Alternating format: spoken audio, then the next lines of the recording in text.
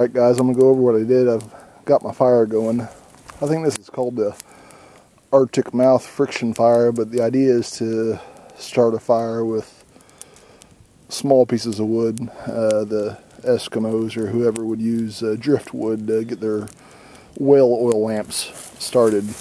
But what I used was this is a piece of cottonwood bark that I've trimmed up, and that was the piece I held in my mouth.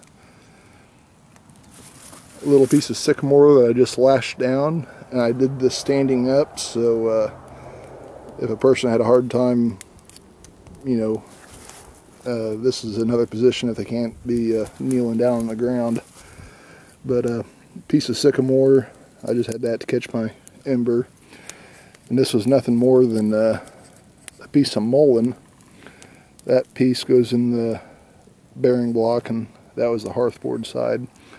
But this is what they call that Egyptian wrap, but I just wrapped it each way around the spindle about 3 times, and don't use a bow, you just use both hands and work it back and forth.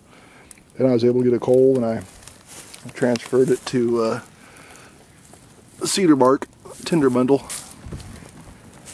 Worked pretty slick, and small setup altogether.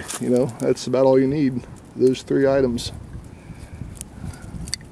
Maybe a little bit of cordage to help hold it all down somewhere, or a second person, but I just thought I'd share it with you guys. Well, there's the setup, all wrapped up, ready to go. Mouthpiece, spindle, and then my fireboard. One little slick setup. Oh, and a special thanks to Scooter.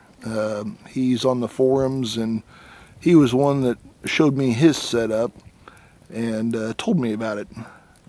So thank you to Scooter.